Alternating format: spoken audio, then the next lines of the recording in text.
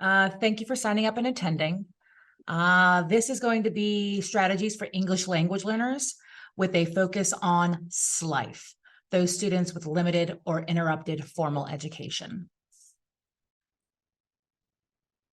A little about myself. I'm a career switcher. I studied at Virginia Commonwealth University, poli-sci, international relations with minors in women's studies and Spanish. I was a lobbyist for a few years, and then I became a logistics manager for a retail organization. Couldn't find the happiness. I was substitute teaching here and there and tutoring, and then I took the leap. I began teaching with Commonwealth Catholic Charities. Most of my students were from Bhutan, Burma, Nepal, ages 7 to 85. So big spread, lots of fun. Then I began teaching at my alma mater. Most of my students, once again, ages 17 to 85. Lots of different countries they're represented within that student population. After that, I returned to K-12 and spent a lot of time in elementary and middle school in Virginia. I relocated here in 2018, and now I am at Moon Area High School. I began teaching at Moon Area in COVID 2020. So those roadblocks were right in front of me at the beginning. I want to discuss with you my metas. Now, if we look at your screen, METAS. If I'm dedicating my English knowledge, my alphabet there, I would say, oh, that's metas. Yeah, that's how I'd say it in English. Metas. My metas are my goals. I want to be able to help you guys create that inclusive, supporting learning environment. My room is set up to make certain that the students feel welcome, to make certain that they have the tools around them to be successful. There's no state testing in my room. It's impossible. We couldn't cover everything. I want to make certain that you guys know that you can incorporate technology with those students with interrupted formal education. I want you to know that with that multicultural classroom context, we can be inclusive without being offensive. We can look at ways to, they want to know our data, friends. What's the data? Show me your progress. Is it quantifiable? Now, qualitative measures you see, like I'll have a student who in the beginning of the year, hey, Miss Rodriguez, okay, good morning. Good morning. Did you have breakfast this morning? Hola, my name is Tatiana. Okay. And then at the end of the school year, she's shouting across the room, y'all need to be quiet. Miss Rodriguez is talking. And she's saying, y'all. We know she got that from me. And then we are looking at what evidence-based strategies we can use specifically with the science of reading to help those students. They're arriving here and they have zero literacy. So the content that I'm going to cover, sort of like a boop, boop, boop, boop, boop. Who, not what, is a S.L.I.F.E. I hear that it objectifies, it takes the humanity away from that student. We're looking at standards and levels, how the language we use with language learners helps us instruct and differentiate. Communication and cooperation. In 2020, I had 14 students. And this year, 23-24 school year, 86. Still just me. The systems and support in place to make certain that I can do what I do and that my colleagues within their content classrooms can also be successful with these children. With the instruction, we need those measurable outcomes, qualitative, but most of those quantitative measures. The environment, as I mentioned previously, this room is set up in such a way that I can instruct students who are S.L.I.F.E next to students who do have a solid base in education without students feeling as if they're being patronized and the other students not feel as if they are trying to overcome some insurmountable task. So these students, it's sort of like an umbrella term. They have different reasons why they may be S.L.I.F.E. The biggest hiccup here with our S.L.I.F.E students is that literacy piece. The 4 domains of English language acquisition: speaking, listening, reading, and writing. A language does not come alive unless you're able to recognize those sounds and speak those sounds. Sort of like if you've ever bought a car and you never noticed red Ford Fiestas, and then now everywhere you drive, you see Fiestas. It's that word was dead. It wasn't even on their map before. And now with the instruction, they see it, they hear it, they use it. So S.L.I.F.E categories, just some students are S.L.I.F.E due to pre-migration. Some are S.L.I.F.E due to things that have happened during their transit from their home country to the US. And some of them are upon arrival, that post-migration. So the common causes, poverty, the cost of education, and many other countries, if you want to continue your education past the 3rd grade, it costs. For geographic isolation, I have a lot of students from Honduras and Guatemala, and many of their locations, very, very rural. They're not Spanish speakers. They speak dialecto or native forms of language that are little sprinkles of Spanish within. We'll get to that. Limited transportation. How are you going to get there, but get there safely? And some of our students' countries, they are unstable politically, which leads to a lot of, I'd say, violence and unrest. Societal expectations for school attendance. Some of my students, where they come from, girls don't go to school. Some of our students, once your back is strong enough to work, you work. Upon arrival, some of our students are detained. Extended detention times until that student is able to be sponsored out of detention, or they are returned to their home country. A lot of our students here, they are supporting their families upon arrival at the high school, and they are balancing a lot. So acquiring those skills that they didn't have previously, that unfinished learning, it's difficult with those attendance pieces. Natural disasters. Let's see, we have the floods in Haiti. We have a lot of students that came from that. Jamaica, a lot of hurricanes they had experienced. 2023, I have a lot of students now from Congo, and it's to live your entire life in a refugee camp with your 7 siblings. They come with so much. I had one young lady, she was 2022, we had pulled out of Afghanistan, and she couldn't get out of the country. Who else? We have a lot of students now from Russia and Ukraine, and they're friends, by the way. They're friends in my classroom. We have students that are survivors, not victims, survivors of human trafficking, whether that's labor trafficking or sex trafficking. Now, with those students, when they arrive, the accompanied version, that's, about 3/4, and they're under the age of 12. They come with their families. Now, even when they come with their families, upon arrival, children and parents are separated. If they arrive alone, those students, those adolescents, imagine being, 15 to 18, and you're here with a distant uncle or a distant cousin that sponsored you out because you've traveled here the past few months on your own. Because in your country, at 16, you're an adult. You've made your own decision to leave. With the allocation of these students that are arriving unattended, a lot of them have been placed in areas, California, Texas, Florida, Virginia. And with these students, we're obligated to educate them. So with enrollment, imagine all of those things in that student's life, all of those heavy, heavy things, those gaps in education, these expectations. And now, okay, we're enrolling you in school.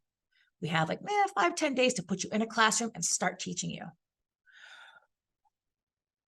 Wow. We'll educate students until they're 21. I have students that are arriving here aged 18. They're placed because, they're seniors. They don't have the 24 credits to graduate. So they'll be seniors and seniors and seniors again until they're able to get enough of those credits to graduate.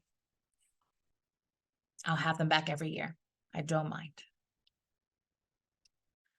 Moving on, when they get here, friends, I have to test them. I put them down in front of a laptop And I give them headphones and I say, okay, we're going to test your speaking, listening, reading, and writing abilities in English. Now look down at your keyboard. Find a lowercase letter. Without any background knowledge, how easy is it to make a capital? If you have your smartphone in your lap or next to you, it's okay. Open up one of your messaging apps. How easy it is to find a lowercase letter, how to make that capital letter. Our students are coming with some technology information from touch technology for communications. You'll see them using the talk feature. No literacy, the talk feature still works. The 14-step identification procedure. The first step is contacting home. I have to figure out the student's background. I need to know about their education information. What do they like in school, if anything? Anything I can do to make certain I'm starting to design an education program that's suitable for this student. You'll see here on the right, that's a little informative on the little pictograph on how we actually go through that process of identifying an English language learner. Now, what we use, the language of English language learning, comes from WIDA, World-Class Instructional Design and Assessment. They're out of Wisconsin. About, I don't know, maybe 40 of the 50 states use WIDA. And it allows us to have standards across the board for language learning. So that isn't relative to the student's technology abilities. I'll have a student from Turkmenistan, which is a closed country, no access to the internet, things like that, but they're still able to interact with technology. They can speak Russian, Uzbek, Kazakh, Turkish, and Turkmen. They just don't speak English, but they're sitting next to a student who hasn't been in school ever, can identify a plus or a minus sign. They speak Quiche, Nahuatl, and Spanish, but they have no reading and writing abilities or technology abilities, and they're in the same class learning English. Now, with those domains, we break it down. Listening, it's a scale of 1 to 5.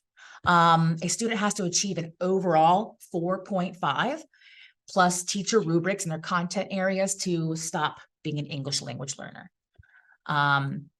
With that screener, it's a little sip, a little dip into their English language abilities. It's not a full scale score assessment of what they can do. When they are leveled for their allocation for classes, things like that, that happens in February. So we have this summer slide. They come back to me August, September. We review, we try and catch up. We try and start our processes and get everyone on board, get everyone tested, and boom, boom, boom. We have a winter break. Oh, that's so nice. Come back. Welcome back from winter break. I hope you didn't slide. Now we're going to begin our testing. The testing is English listening, English writing, English reading, and English speaking. Each student has to take these tests. They are time consuming. They are time consuming. Now in Pennsylvania, they have, what would be considered the stages of second language acquisition. Sometimes it's, tertiary language acquisition, whatever. So when we have colleagues, like, hey, this kid doesn't talk, they're still in their silent period. If you look at the picture here on the left of your screen, you may even just have one-word responses, yes or no's, thumbs up, thumbs down, for the first 6 months of that student being in your room. That's still okay. They can still be assessed. They can still learn. We use the terms a student is a newcomer, they are entering, emerging, developing, expanding, bridging, reaching. This is what we label our English language learners. In my classroom, I enjoy a systems-based approach. If you're looking at the left here, you'll look at social language is mentioned, as well as academic language. I mean, a child can say hello or hey, because they're speaking with their friends, pop culture, things like that. But you throw out a photosynthesis and that tier 3 language, they're shocked. We have to show them how to change and modify those words. And then you get into polysemous vocabulary. There's multiple meanings. So if I'm the solution, the word solution is different in my science class than it is in my math class, than it is in my literature class. The students must know the depth of that word, and it's situational. So my systems approach is very much color-coded, and I operated as if I were to be hit by a truck, someone could come into my classroom, pick up my planner, look around with enough intuitive, and they could be me. My experience in the private sector really helped me develop that systems approach with inventory management and operations and logistics, accountability. So I'll call students entering. We say red, orange, yellow, green. We want our students to reach the end of the rainbow. Arco iris. We want to reach the end of the rainbow. They know what they're shooting for. These little metaphors help us. If you are low, let's see, if you look at the bottom, I have these tabs here. And these tabs are related to a living document I use to communicate with other individuals in the building, whether that's admin, other teaching colleagues, support staff, and counselors. Each of these tabs at the bottom will open up a list of all of those English language students and all of their status and their abilities. Sometimes it will be things if they need to check in, accommodations. If they need to check in on my seniors, have we gotten all of them their materials? These are things that I do in order to help and make certain that if they're not in my room, they have access to that content knowledge. On the right, you'll see the English language, I guess the standards that we use here in Pennsylvania. I have those posted on my wall here. And with those, they're color-coded: red, orange, yellow, green. Next to that, I have a grammar conditioning sheet: red, orange, yellow, green. The students see their progress. They see. So when I'm scaffolding, I'm saying, okay, I want my red level students is what you're working on. But if you're feeling orange today, if you're feeling orange, what are we going to do? You see what orange can do. Can you orange? Oh, Miss Rodriguez, I can orange today. I'm like, you feel tall. Let's do this. Now, set-based thinking. It's difficult for some individuals to instruct when it's that communication piece isn't there. Like, what? The kid can't listen. The kid can't. No, they can do so much. They just can't yet do that in English. So with that asset-based thinking, we've created here at Moon the ELCDA. So EL, English learners, can-dos and accommodations. I have an example of this later on that I'll show you. And what it does is it helps those content teachers really say, okay, what am I doing within my lessons to make certain that this student can access this information while building that English language knowledge? So currently in our district, we have, I believe last count was 42 languages and 32 countries. It's wow. There's a few languages I've never heard of. Recently, I was introduced to Tatarstan in Russia. I had no idea. I was the captain of the geography Olympiad in high school. I had no idea about Tatarstan. But the little language features that you can identify in a person from Tatarstan. This was expressed to me from one of my Russian students and my Turkmen students, like, oh, Tatarstan, yes, listen. So what we use for communication out to parents and guardians, what I use is talking points. This is chef's kiss. With our talking points, I'm able to communicate swiftly with families. We had an incident at Moon where we were, I guess it's swatted, if you're familiar with that term, where the police show up. They've been informed that there is a situation happening at the high school.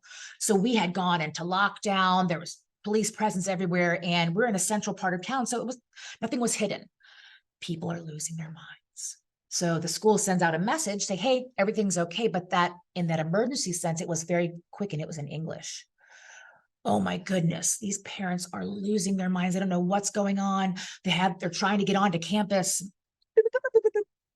Explain to them. And guess what? I use English. It will send it out in all of their languages to their cell phone device or to a message on their cell phone device. They can download the app. It makes it a little bit more streamlined. With this, I can check on students like, hey, I haven't seen Haiti in a few days. Is she okay? How can I help get her back to school? Attendance sometimes is a big hurdle. Scheduling conferences, going back and forth, like, when does this work for you? I can work with you. When can we meet on video, perhaps, if this really doesn't work with the families? A lot of our students are coming from homes that are not only literature wastelands in terms of having books and reading material available, but their guardians are also illiterate. The support is here, and through verbal interactions at home. Things that the state provides us or the Commonwealth provides us, they have a whole translations library. So the things that we're obligated to translate, those are going to be here and available for everybody. While I have 42 languages or 32 languages, either way, those aren't all available. So we use a program called Wordsmiths. They're pretty good. They do a lot of translation. You'll see Wordsmiths on the bottom of your screen sometimes when you're using a translated website.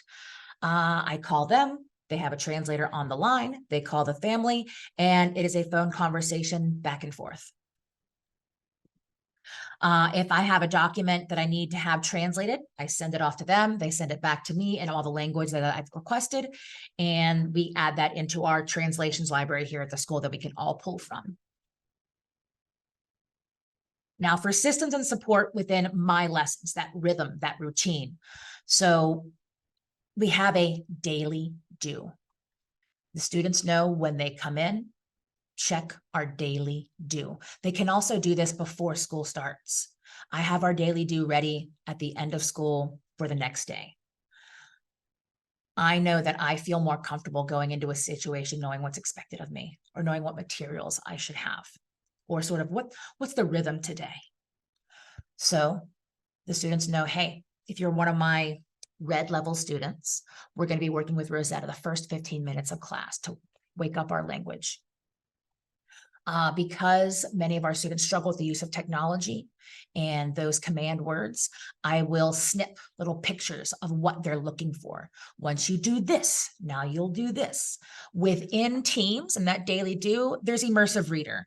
So if an individual is unable to access, they can still immersive reader. It will read out loud to them. This is on the front of the board as well, posted when students arrive. Over here on the right, you'll see an example of what I've used in one of my classes that is English 10 for English language learners. That was newcomers all the way up to level like 3.8, almost a 4, big spread.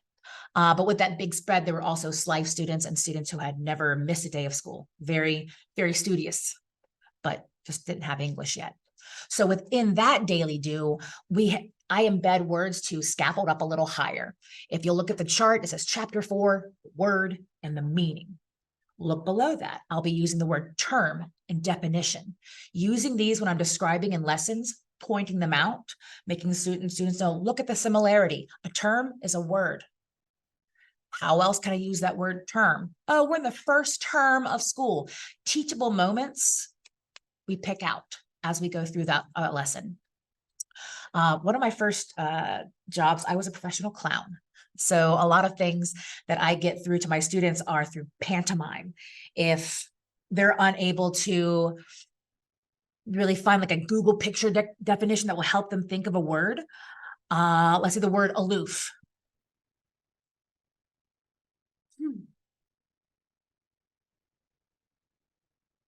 And then I'll show an example with my body language, the opposite of aloof.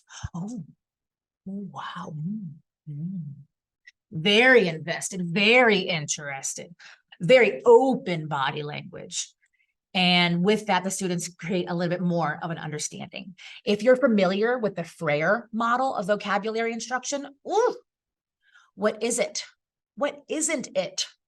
Give me an example of it. It's a way for a student to know a word completely. I can know what it is, but what isn't it? Here's an example of my lower students. They can draw me a picture. A picture still shows me your understanding. If we're working in a program that allows us to pull up GIFs, they can show me their understanding through a picture.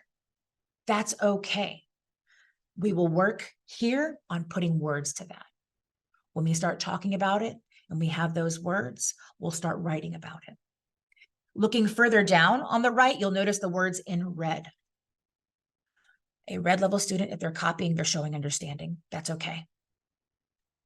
This is what I want them to copy. These are the examples of how I want them to respond. If they are just in the text looking for keywords, those llave palabras, even my Uzbek kids, llave palabras, those keywords, they'll know, okay, I'm at least looking for what fills in that blank. If I can't find anything else, I know I see a lot of words that are the same here on this page. When I get to my group and my sharing time, then I can at least contribute something, anything. I can listen for the word that I need here. I can share with another friend. It's cooperative learning in that very large class. It's 26 students, all levels, and that's also grades 10, 11, and 12. They all must complete English 10 and that keystone before they graduate. It's part of the requirements. So I'm sorry you're 18, 19 years old, you're going to be sitting next to this 14-year-old, and we're going to be covering the same material. I know you can read and write, and you have a MacBook Pro in front of you. He's in your group, and we're working together. With that, systems and support, you'll see here this picture on the left, cell phones and sanitize. I got the kids a cake this year. Cell phones and sanitize, it said on it. They all cracked up. Those are some of the first words students understand in my classroom. Cell phone, sanitize. You'll hear them at the door. Oh, look at him, cell phone, sanitize. Sanitize. And I'll come around like, okay, where's your cell phone? Tap, tap, tap. And once again, personalizing it for them. Show me who you are. Show me your pocket. These pockets are also used for communication. If a student does really well with something, I give them coupons. The coupons could be for, I don't know, pieces of candy, eraser treats, the things that worked with those elementary kids. My students still love them. They're in high school. It still works. It's okay. It still works. Other things, because they are high schoolers, I'll give them a coupon for 5 minutes with your phone. Do you know what a teenager will do for 5 minutes with their phone in a classroom? And they can tell me, Ms. Rodriguez, not right now. Not right now. Anytime they want, besides testing time. Not right now. They can give me their coupon. They can take a seat in one of the comfy chairs in the back of the room and do what they'd like. Just take a brain break. Tiered language pictograms. If you'll see here in that center picture, we go over these in the beginning of the year. This is that tiered language that they're going to see on all of their work. This is what they're going to see in their textbooks. This is the language their teachers are going to use. So instead of saying, you know, okay, can you put these into groups? Can you categorize? Or can you, I have glasses, so this one works. Can you clarify that for me? And I'll put my glasses on a student and I say, is that clear for you? No, Rodriguez, you can't see. I'm like, I know, give those back. Now I need to clarify or make it more clear to you. And then I'll use things around there about classify, and below that, you'll also see our flags. For each student that arrives, I have to rearrange because everything is in alphabetical order. That's systems, that routine. If a student sees something and they know it's going to be continuing alphabetically, they can still use clues around the room because this is how Ms. Rodriguez arranges things. This is what we do in this room. Brazilians, I don't want to say I have a favorite group of students, but they're so much fun. They're so much fun. And then I also offer student discretion, choices. You'll see here the IXL corner, that's over in this corner of my room. We have a book corner over in that part of the room. We have a social corner in this part of the room. I'm tucked away in this corner. There's tape around me. That's hazard tape. written that says students do not pass, no students pass this, stop here, stop, stop, stop. Students need a lot. We need space, but also all my documents are back here. Moving on from that, you'll see over here on my counter, color coding. Once again, the students with red, orange, yellow, green, blue, they have their levels, but each class is also assigned a color. So I need you, level 1 class, your complete work, red folder. We have here on the right, ReadWorks, a program that I use. Red class, that's their code to get in, orange, and so on and so forth. All these things are left up and around the room because I'm constantly also getting new students, new arrivals all the time. If you are in the Pittsburgh metro area, expect an influx of Venezuelans, especially in Aliquippa right now, or Ambridge. Being friends with people in the community, knowing who's coming in, who's leaving, what sort of visas are being honored, lets me know what students are coming in and how I can help those language backgrounds. For my students who are Spanish speakers, we have to talk about our choose and our chirp. It's our shoes and our shirt. And I use things like this to say, I don't tell you to, I tell you to, so your shoes and your shirt, and having them practice with their mouth, that air push, because I didn't think of this, friends, until I went to a letters training. I poo-pooed it. I did. It was all of the elementary teachers, the EL teachers, and then me from the high school. Everyone else had different trainings throughout the day. Why do I have, this is for the babies. Oh, poo-poo. I arrived and it just, that was the piece I was missing in my room. I need a sound wall. I need a vowel valley. I need a way for us to discuss these consonants. Oh my gosh. And then, friends, it took off. It really, really did. Because with that language being alive in their mouths and in their ears, the reading and the writing followed so swiftly afterward. They could recognize those sounds. They were driving that car and they could see those other cars now. It's also very much a treat when I say, go get your cell phone. I want you to record yourself. How do you look when you say this? Shoes, shirt. And they can listen to their recording. They can look at themselves, see what their mouth is doing. Okay, erase that. You don't need that. If you want to keep it, keep it. If not, you can erase it. It's not something that's being evaluated. They are evaluating self-assessment, that discretion they have. You'll see here student selection at the bottom left.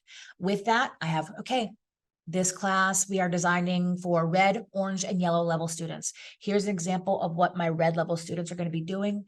Here's an example of what I expect from orange and yellow. Here is your level of support. Then I have student already pre-made examples of what I expect. Them being able to see what you want from them is a game changer. If I don't have it available digitally, I have it on my doc cam. Everything has to be seen. Once again, those students can decide, hey, I might be, a WIDA level 1 to 1.9, 2 and above is orange, but today I'm feeling good about this topic. I'm feeling good about my English skills in this area, and I'm going to do the orange assignment today. I feel good. Now, with that letters training, I also had to make a brave decision. Okay, I teach high school. Let's put a bunch of open mouths on my wall and try to avoid any other disruptions in my classroom. So having students, okay, we're focusing on our mouths today. Here is what your mouth looks like. So what are we touching? What is moving around inside of our mouths? I'll have this pictogram up on the board to show them this is what you should be touching inside there. So my students are Spanish speakers. Again, this is very, very nice. Oh, I love that. It's very nice. No, but. And if we can't do our lips are touching. We have to avoid our lips touching. Make a V, because make a V sound and our lips don't touch. It's very, very, very nice with a V, not very, very, very nice with a B. So having them manipulate with their hands to say, okay, your mouth must do this to make this sound. They can record and erase. They can listen. They can look. We can look at parts of those words as well as the whole. With our vowel valley, those students keep a copy of the vowel valley in one of their folders. We can pull that out. They can pull that out in their other classes as well to say, okay, what is the system and the formula for this vowel? How is it supposed to sound? Because that guy's using a word I really don't know. I think it's this word. They have the tools and those anchors to pull with them outside of my room without these walls. So with that thing, with understanding students, there's basic interpersonal communication skills. That's what they're using to say hello, goodbye, what's for lunch, hanging out with their friends. And then we have that higher level language proficiency. So what we have to do is make certain that they have those command words. But then I go back into those prescribed word lists and I try and find commonalities with what they're using now. So the aesthetic. You hear that in pop culture nowadays. Oh my gosh, I love your whole aesthetic. Okay, friends, when you hear that on your videos, what are they talking about? When I tell you, I love your aesthetic. And they, oh, that's how you look. Okay. What is aesthetic? Aesthetic. It's not aesthetic. No. And so we saw commonalities in what their mouth does in their home language, as well as what it can do with our new vocabulary words. So within the other classrooms, as well as mine, we can use subtitles and closed captioning. For live instruction, if I have a lot of students that something is very important to get across in a home language, I will have that at the top and I will put a flag within the PowerPoint of which language I'm using that day. So if I have a group of students, mostly Brazilian, I'll have Portuguese on my PowerPoint with the Brazilian flag. They can look there. And the other students in the classroom will have their laptops open with a PowerPoint on it, listening for English and translating into their home language. I also have students use this feature when they're working in partners. So they'll have a copy of the PowerPoint and they'll say, okay, what is your country? Show me your flag. And they look through and they find the person's flag. And then the person looks for their flag. So we'll have, I don't know, dueling pianos, laptops, and they're listening for each other's languages as they work together in groups. Other times they just abandon that, like, okay, we're going to use the base language that we have available between us. We both have this much English. We'll get there. And to see them try and, I had one student, you have water and dirt. It's water, dirt, water, dirt. And he can't find the word. He can't find the word. I have a kid across from him, is mud. Is mud. And so because they're so animated and trying to express that simple word, they just can't find, the other kids get involved. It becomes a more lively room. I rarely sit down. I'm constantly monitoring. I'm in the conversations. I talk rarely. When I do, I make certain it's understood, and then the students are talking. My room's loud. It's very loud. You have to keep the door closed. Because, you know, when you're trying to emote or really get the meanings of those words, it's a bit more in depth. We do use a book series that helps us, the Nat Geo series, with the interactive student workbook, and it follows along the content prescriptions for, so Common Core. You have social studies, you have your math. All of those topics are touched on at that student's level, red, orange, yellow, within this book series. I love it. We didn't buy the digital copy this year for the interactive, so I use my DocCam a lot, but once again, awesome. It really, really works. And to show my colleagues the different levels of the book, saying, okay, here's a red level book, and look at how much these kids have so many pictures, and they have the words provided, they're circling words. This is what you can do in your, and check this out. Boom, level C series. This looks almost like a general education textbook. Look at this. And having them have those examples in front of them helps them, once again, differentiate within their own classrooms. I use Lightspeed Classroom Management. If you don't use it, friends, this is what helps me the most with those S.L.I.F.E students. I can send links right to their computer. I can close down the entire class's internet. I can monitor over here and say, hey, honey, I love that song too. I can message them if they're literate. I can close their windows for them. Students who are adjusting to using technology, if you'll look over here on your right-hand side, they have so many windows open on that laptop. Like, oh, I can't get to the site. It's so closed. I don't know what to do. It's so slow. I'm so frustrated. I hate this. Let me see what's going on. Click, click, click, click, click. How fast is your computer now? And showing them through taking over what they can do with their own unit.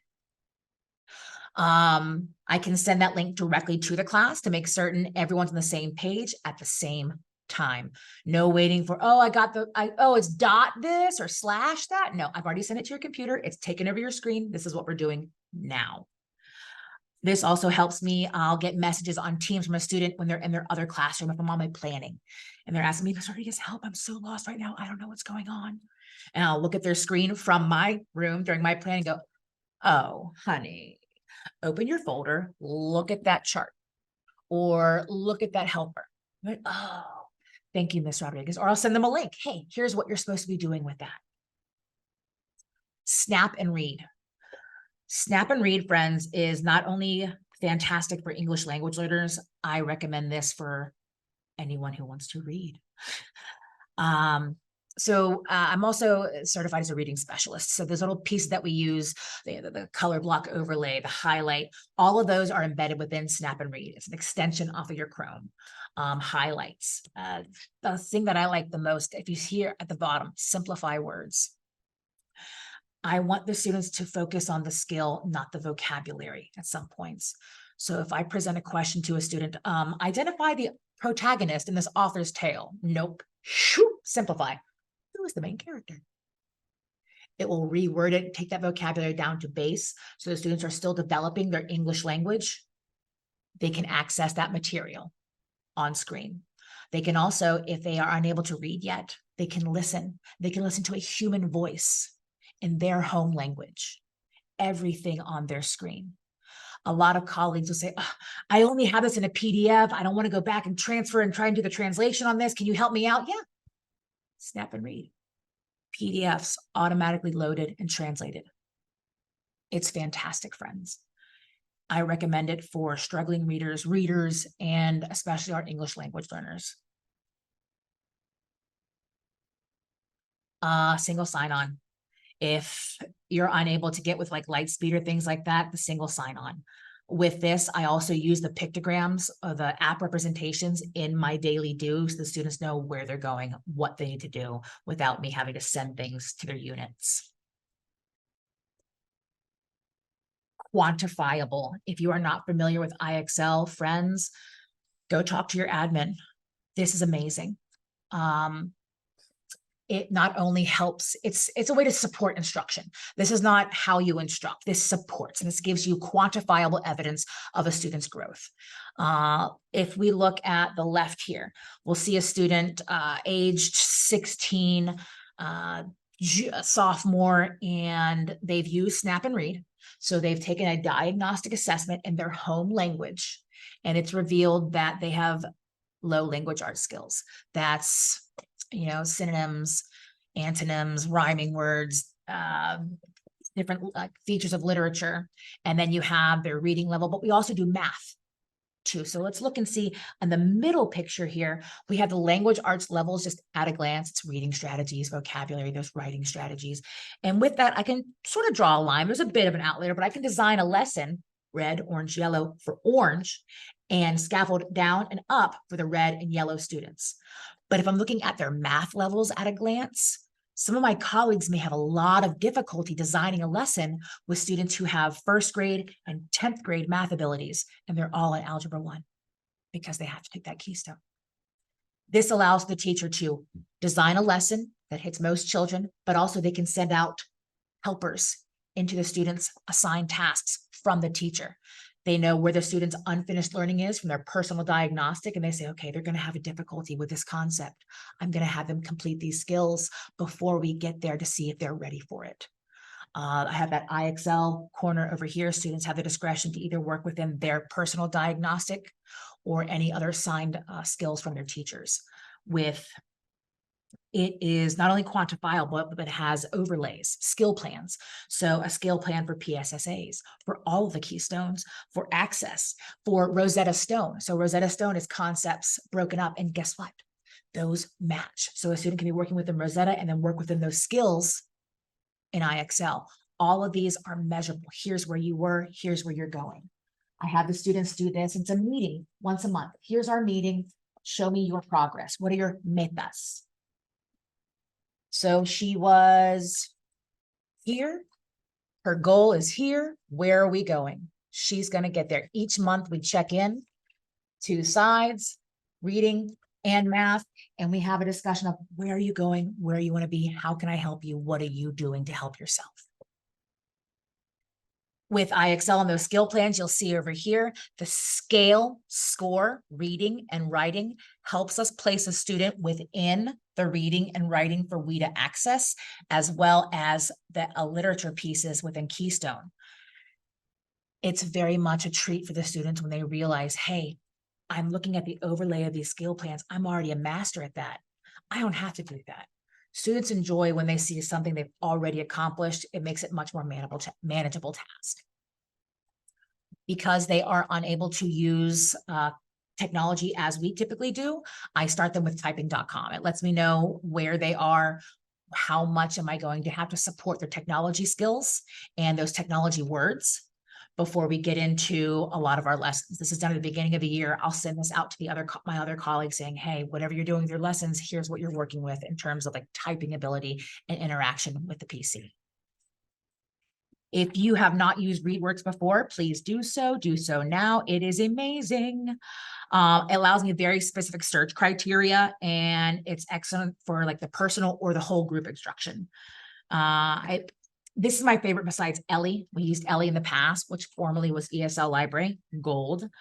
But this also will play some of these out loud and they're recorded. You can also use translation to flip everything over into your home language. You can listen to it in English with a real human voice. You can read it in your home language, start making those correlations and connections.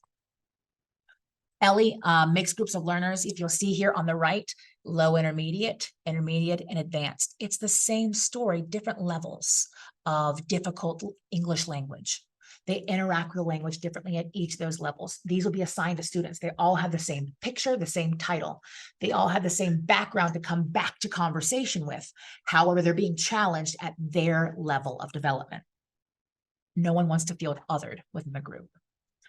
Epic. I absolutely love it. Epic is fantastic. We use it for the videos as well as the books. We have collections that we use for student selection. Nearpod, Friends. This will allow you to control their screens and provide those guided lessons. For those students who are still developing their literacy, this allows them to use GIFs to express their understanding. And with those GIFs, it sort of allows other students to say, okay, this is what you're talking about. It creates that conversation. Once again, if the language is alive here and here, it's coming alive here.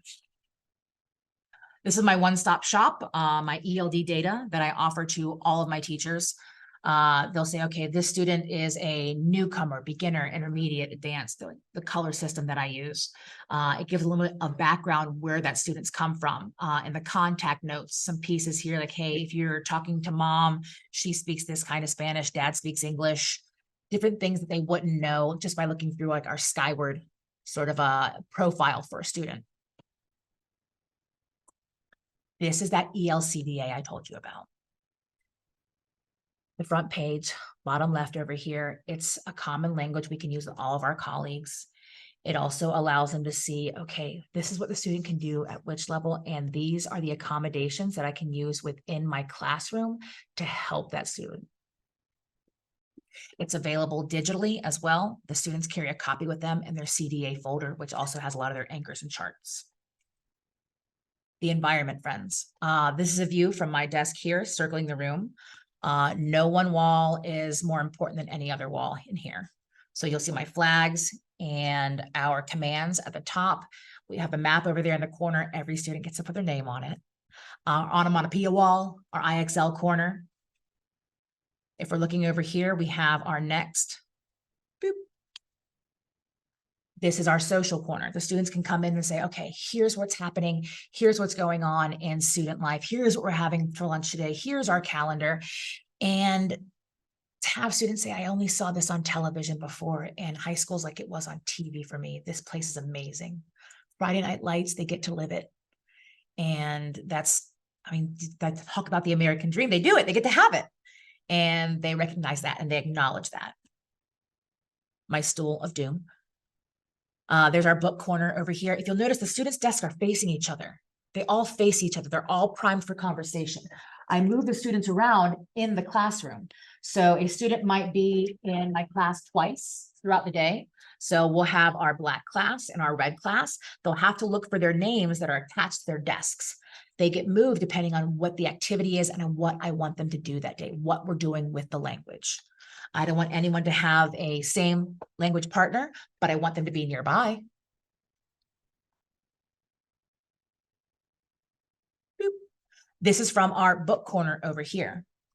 We have all the materials the students are going to need to use on the counter, out and present.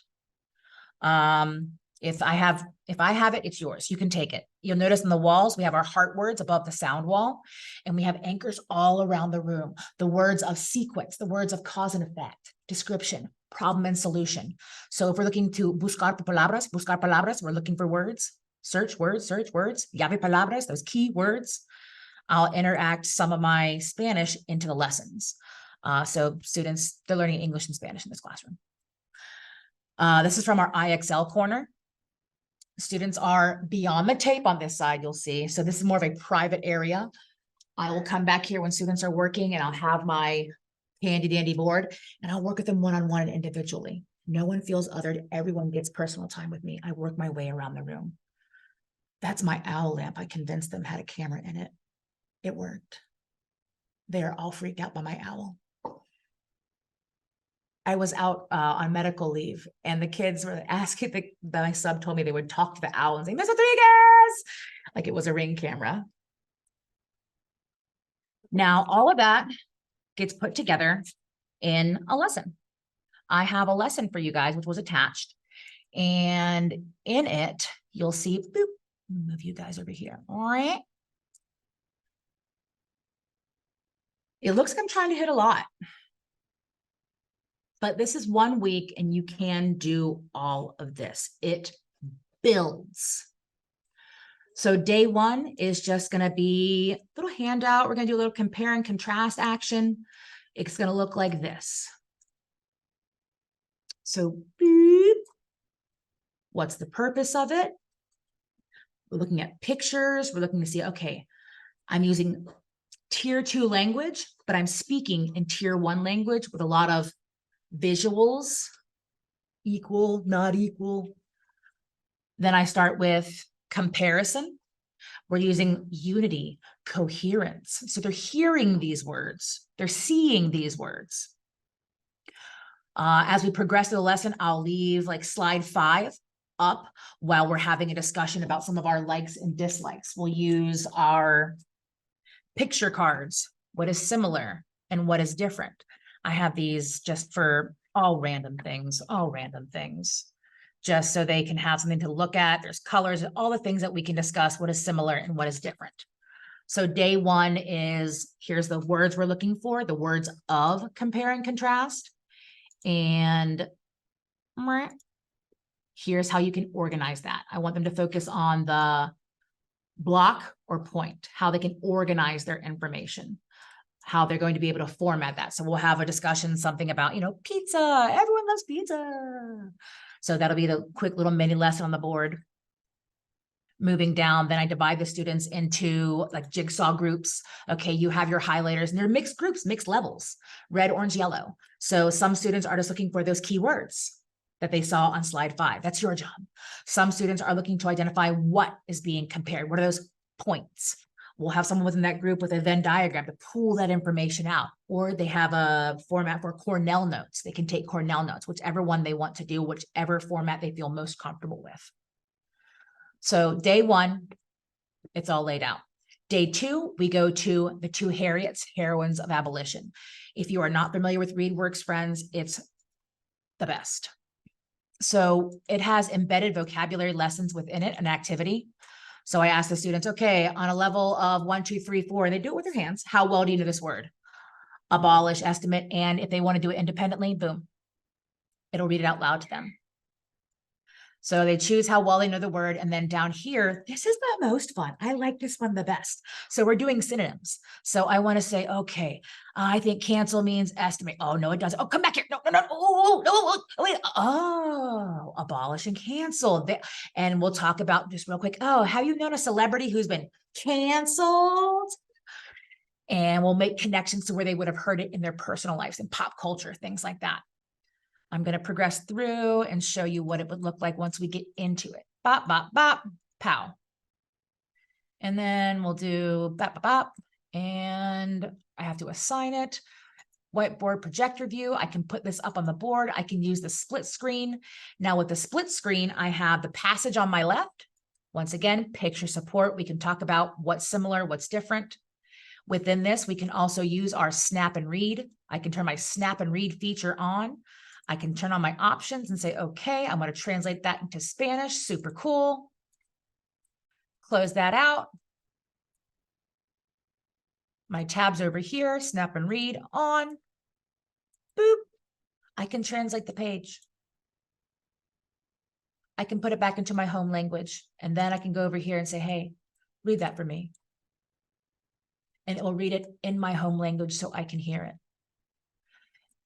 I try so very hard to make things as accessible as I can for all the multiple levels of students within the room, not only within their English abilities, but their technology abilities. On day 3, what we did with day 1 and 2, we're starting to build that knowledge, that block in that point format. Now, the Harriet's is written in block form on day 3 with our beep template. We'll change it. We'll turn it into a point by point instead of block. On day 4, we'll go into a read to me book. I love these read to me's. Sports stadiums. For here, I'll have the students, we'll do one together on a Venn diagram. We'll listen and we'll pull out those points of information. They'll independently go and they'll find more information just listening and completing their Venn diagram on another stadium. They'll get a template. They can then put that information within, let's see if I can open that up. Pop, pop, pop. Let me have it. Yes, I want to continue, please. They're just searching for the keywords. After they do this, I'll ask them, is this block? Is this point by point? Okay, on your next one, here's your point by point. I want you to write your essay point by point. Here's your partner friend. I can change it up. Someone's doing block, someone's doing point by point. They're doing the same topic, or one's writing about one, the other, I combine them together. Different ways I can make the students partner and work together cooperatively. On day 5 plus, depending on if we've been able to accomplish those things throughout the week, this group definitely has a lot of opportunities in consistent attendance. So I may have, man plans and God laughs. That is my day, with the background music of constantly going. So I will design a lesson, but then apparently it's a nice day out and all my boys are out roofing. So I have, instead of a class of 25, I have a class of 13, and we'll work with it today. So 5 plus. On Fridays, we like to have a fun Friday. I'm checking in throughout the week. The students have completed their work. If they have completed their work and we're in a good position, guess what? We're going to have fun. So we'll play a Kahoot. Even at 17, 18 years old, they still love Kahoot. Trust me. We'll have like a spot the difference. So we're still using the language of compare and contrast, but I'm making it more fun for them. How many differences do you see? How many differences? Oh, okay. Now, what is the difference? I'll put, how many of there were, and now we have to discuss them. And we're using that language. With my IXL, the student choice, I can assign them tasks. And let me just brag for a second. Look at my students. So far this year, they've practiced 5,369 skills, and they've mastered 2,719 of them. Love those kids. But, it's summertime. No one's practicing this week. It's okay. I can use this to monitor students. We can have a group jam. I can place in a skill. I can go and say, okay, let's go to, I recommended skills RWQ. That starts with red, orange, RWQ. So I'll go over and I'll say boop, boop, a doop. RWQ. Pull that up. Boop.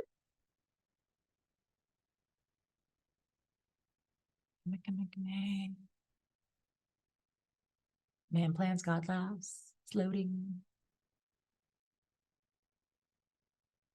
While that's loading.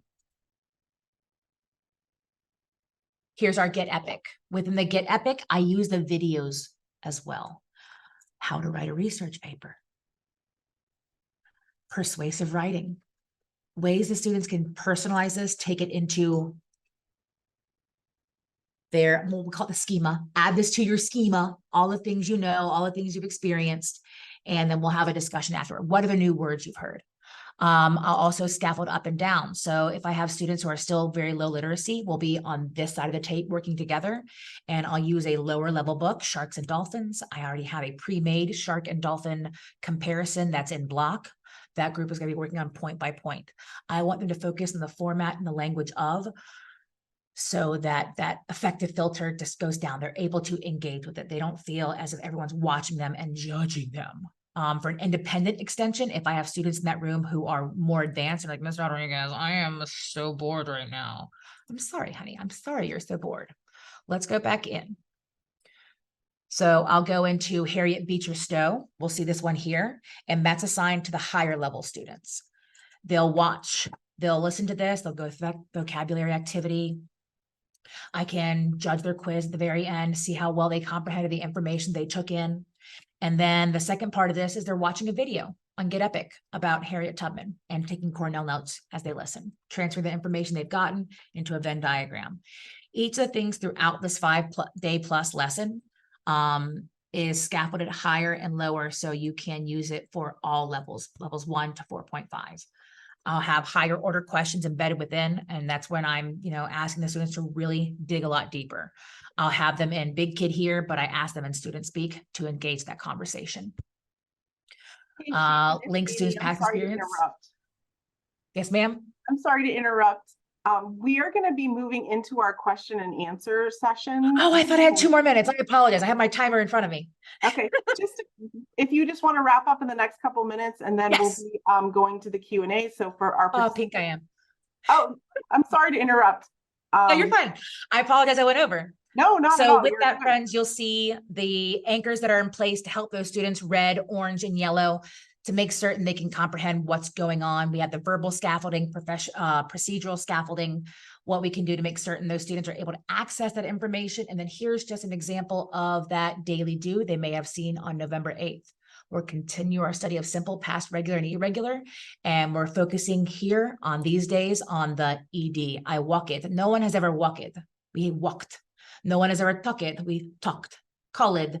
It's that ED ending that really identifies an English language learner, and they don't want to sound silly. Make the language come alive here. Then we focus on the reading and writing aspect. Thank you guys so much.